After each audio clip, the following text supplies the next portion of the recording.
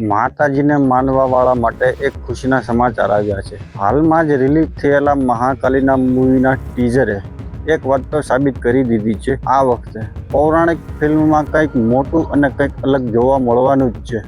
એક તરફ છે અસુરોના ગુરુ અને બીજી તરફ છે મહાકાળીનું ભયાનક અને શક્તિશાળી સ્વરૂપ. હવે તો માતાજી ઉપર મૂવી પણ બનવા માંડી છે. પણ સવાલ એ છે કે આ ફિલ્મની આખી વાર્તામાં શું છે? શુક્રાચાર્ય એટલા બધા ગુસ્સામાં કેમ છે? એનો એક ડાયલોગ એવો આવે છે જેમાં શુક્રાચાર્ય બોલે છે, આખી માનવ જાતિનો સર્વનાશ. આવું કેમ? ઉત્સુકતા વધી હોય તો ચાલો થોડુંક ફિલ્મ વિશે જાણીએ. મહાકાળી મૂવી એક માઇથોલોજીકલ એક્શન ડ્રામા ફિલ્મ છે એવું કહેવામાં આવે છે. ખરેખર તો આપણે માઇથોલોજીકલ શબ્દ જ ન વાપરવો જોઈએ. આના ઉપર આપણે ક્યારેક પછી ચર્ચા કરીશું. આવી ચર્ચાને બાદ કરતા આ મૂવી પ્રશાંત વર્મા સિનેમેટિક યુનિવર્સનો એક મહત્વનો ભાગ છે, જેમાંથી આપણને હનુમાન ફિલ્મ જેવી એક મૂવી મળી. તમે લોકોએ પણ જોઈ જ હશે. આ ફિલ્મની સૌથી મોટી ચર્ચા સ્ટારકાસ્ટમાં છે. અક્ષય ખન્ના જે ફિલ્મમાં શુક્રાચાર્યનું પાત્ર ભજવે છે, તેમનો લુક એટલો અલગ છે કે પહેલી નજરે ઓળખવામાં પણ મુશ્કેલ લાગે છે. અત્યાર સુધીની દરેક ફિલ્મમાં તેણે ઘણા બધા પાત્રો ભજવ્યા છે અને બધા જ પાત્રો સરાહનીય તરીકે ભજવ્યા છે. પણ આમાં અક્ષય ખન્ના કંઈક અલગ જ લુકમાં નજર આવે છે.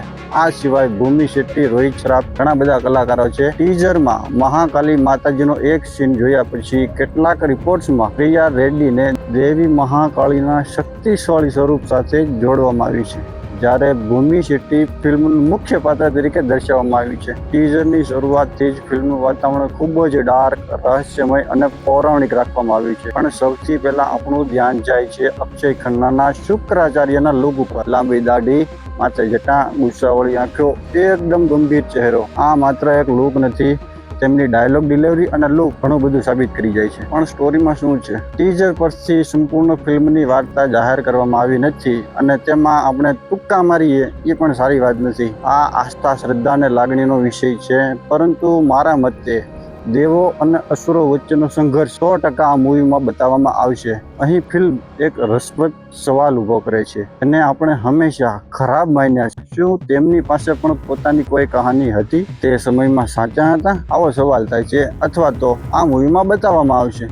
ટીઝરમાં શુક્રાચાર્ય અસુરો સાથે થયેલા અન્યાયની વાત કરે છે. ખાસ કરીને સમુદ્ર મંથન અને અમૃત સાથે જોડાયેલા પ્રસંગો જોવા મળશે અને શુક્રાચાર્યના દેવતાઓ સાથે યુદ્ધનો પડકાર કરતા 100% જોવા મળશે. અખિલ બ્રહ્માંડની દેવી માં મહાકાળીનું શક્તિશાળી અને ખૂબ જ ભયાનક સ્વરૂપ સામે આવે છે. એટલે મારા ખ્યાલ મુજબ ફિલ્મમાં માત્ર દેવ અને અસુરનું યુદ્ધ નથી, પરંતુ ધર્મ અને અધર્મ વચ્ચેનો એક મોટો સંઘર્ષ વાર્તા એ તરફ જતી હોય ને એવું મને ટીઝર ઉપરથી લાગે છે.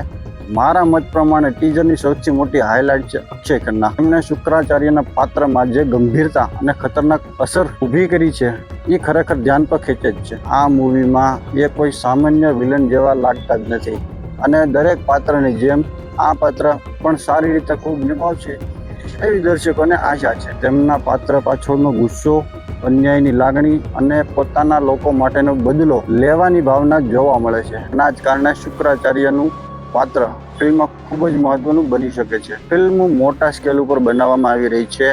આઈમેક્સ માટે પણ તૈયાર કરવામાં આવી છે એવી ચર્ચા હાલી રહી છે. પણ સાચું ખોટું રામ જાણે, કારણ કે ભારતમાં આઈમેક્સ થિયેટર બહુ ઓછા છે. કદાચ હોય પણ અને ના પણ હોઈ શકે. બીજું કે માત્ર ટીઝર જોઈને આખી ફિલ્મના વીએફએક્સને જજ કરવું થોડુંક વહેલું થશે.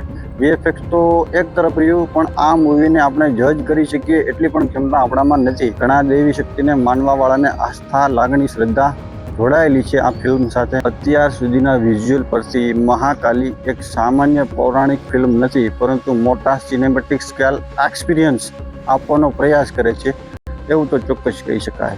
મહાકાલી મૂવી 8 જાન્યુઆરી 2027ના રોજ સિનેમાઘરોમાં રિલીઝ થવાની છે. ટિકિટ લખાવી જ નાખજો. ટીઝર જોયા પછી ઉત્સાહ વધતો જાય છે જોવાનો, પણ ફિલ્મ જોવા માટે હજી થોડીક રાહ જોવી પડશે.